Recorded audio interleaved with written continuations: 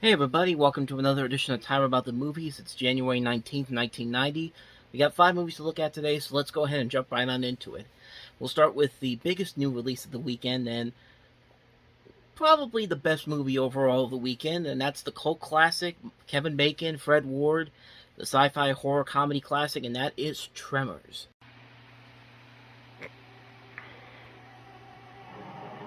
Perfection.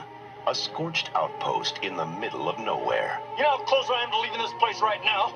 How close? Maybe that's why Val and Earl decided to leave town. Hey, hold up. That's Edgar Deans. They just picked the wrong day to do it.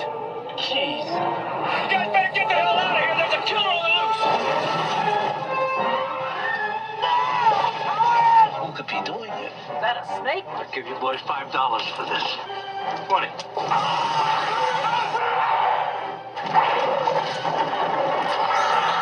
That's how they get you. They're under the ground. What the hell are those things? How could they eat a whole station wagon? But where do they come from? I vote for outer space. No way these are local boys. You see, they're headed right for us. No Richter scale can measure it. They're coming! No scientist can explain it. Bert, they're under the ground. You didn't get penetration even with the elephant gun. Run, run! And no one knows what to call it. Mega worms or suckers or suckoids. Now, this valley is just one long smorgasbord. Now, it's up to Val and Earl to save the world. That's one big mother. Who died and made you Einstein? And they know just what to do. Flip for it. Damn. Kevin Bacon, Fred Ward, Tremors. I mean, if you love the creature features of the 1950s and 60s, this is right up your alley, because this really is a loving homage to those movies with a modern twist and something that makes it so unique, so clever, so hilarious. I love this movie, man. Kevin Bacon, Fred Ward, they're working off each other very well. Michael Gross is in this movie. He's very good. So is Reba McEntire. It's just a fun movie. It's a fun, good time all around. Like, it's a fun horror comedy. It's a fun sci-fi comedy. The effects are actually pretty good for a movie with a small budget like this. It's just a ton of fun, man. And honestly, with the Tremors movies, these movies are so entertaining that no matter how silly they get with each passing film that comes out, each direct-to-video sequel, I still check them out. I still have a very good time watching them. Even the latest ones, the one with Shrieker Island with Michael Gross and John Heder, was a ton of fun. They're guilty pleasure movies for me, but the first movie is just a great movie all around. The direct-to-video sequels are fun guilty pleasures for what they are. I love them, man. I love the Tremors movies so much. But the first Tremors is a classic all around. Great movie. Need I say more? Okay, moving on to the next movie, and then that movie is Jessica Lange in Music Box. What do we know about our parents? He raised me. He was my mom, he was my dad, my best friend. We never had any secrets. You know nothing. The more we love them, the less we know about their lives. United States of America versus Michael J. Laszlo. It's a mistake. You got the wrong Michael J. Laszlo. The hell we do. That's not your grandpa. I didn't kill anybody or hurt anybody. He wants me to represent him. You're gonna need all the help you can get. I need to know everything about you, everything that they might know. I've spent my whole life trying to forget what I saw. I have to remember. My father is simply an innocent man who is unjustly accused. Is this the man that you knew as Mishka? They're accusing you. Horrible things, Papa. It's not me. You got the wrong man. Is this the man? It's not me. I didn't do this. Weren't you a father, Papa? You can't tell me if you don't have any doubts about your father. It's not me. It's not me. Well, what were you then?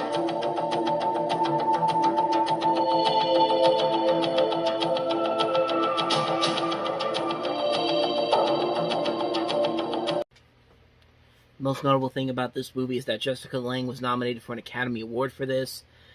But other than that, though, Music Box has kind of a good idea to it, but just a lack of execution. This is written by Joe Esterhaus, who would later become known for movies such as Basic Instinct and Showgirls. Erwin Winkler, the producer of Rocky, made this movie. Costa Garvis directed this film. He also did Betrayed, and I'm trying to see if he also did... Yeah, he did Missing. Okay, Missing with Jack Lemmon and Sissy Spacek.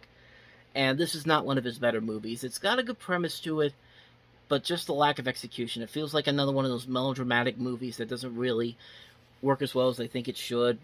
I guess the only thing that works about it are the performances by Jessica Lange and Armin Merrill Stahl and Frederick Forrest. I think they all did a pretty good job here, but that's pretty much all I got on this movie. It's mostly forgettable, and certainly Esterhaus would have better success, if you want to call it that, in the years to come, but we'll get to those movies when we get to those movies. So, on to the next film. Everybody Wins.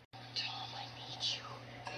Somewhere between seduction and murder, Now listen, Angela, I have to know what your involvement is.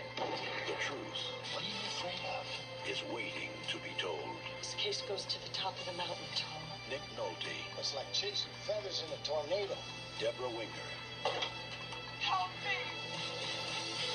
Everybody Wins. Starts Friday, January 19th at a theater near you. That's literally the name of the title of the movie. Everybody Wins, but I don't think anybody wins with this movie. This is kind of a mediocre movie, despite a good cast. Debra Winger, Nick Nolte, but pretty generic for the most part. A pretty generic thriller. Not really a good twist in it. Just kind of a forgettable movie. A lot of people never saw it. Came and went.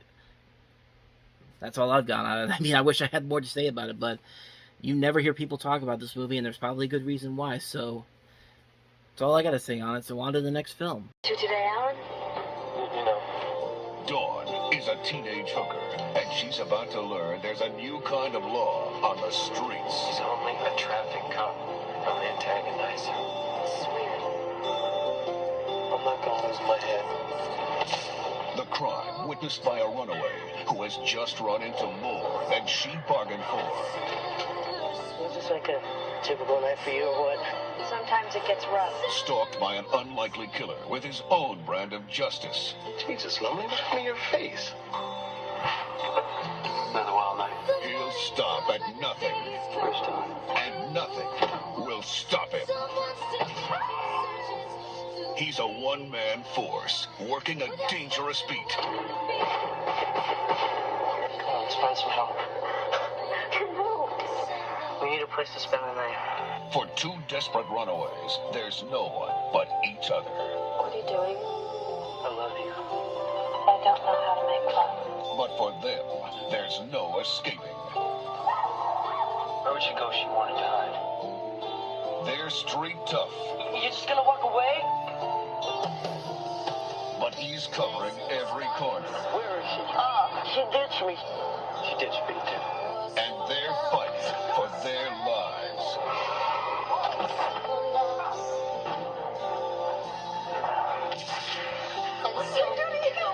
You got away. There's no place safe on the streets. Well, to be fair, this did come out when Christina Applegate was on Married with Children. She played Kelly Bundy, of course. But, I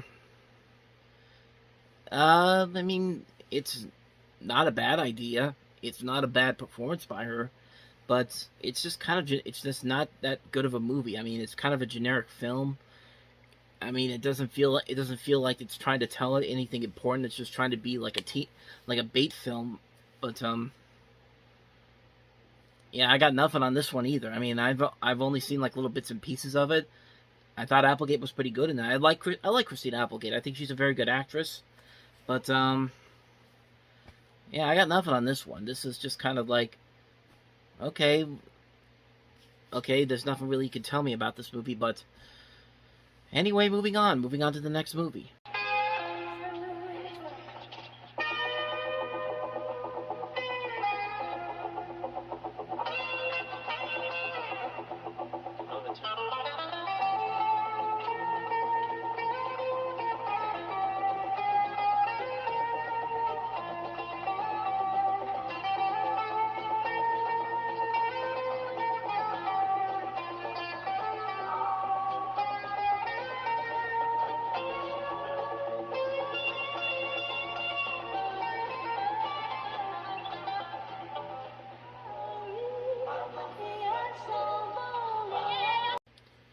the first feature from this year's winner for Best Director, Jane Campion.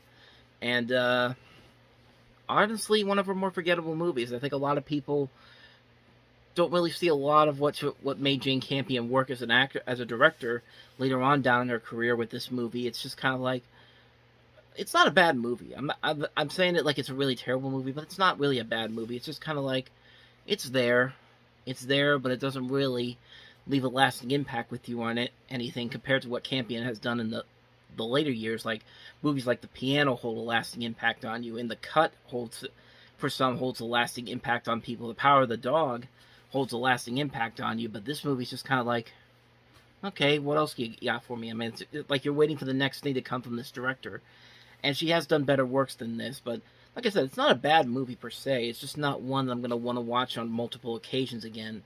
Just like, okay, I'm glad to see where this director came from and what she's become now, but other than that, that's about it. That's all I got to say on that one. So, Sweetie from Jane Campion. So, with that said, that's going to wrap up another edition of Time About the Movies. Next time around, we'll look at January 26th, and unfortunately, it looks like it's only one movie again, and it's a movie that I don't know too much about. Strike It Rich. It's from Miramax. I don't know too much about it, but we're going to wait and see. So, thank you guys for watching, and as always, if you want to see more videos like this, check out the previous episode. Check out the playlist on the next page. I'll see you guys tomorrow for the next video, and until the next time I see you, take care. This feels like it's gone faster than usual, huh?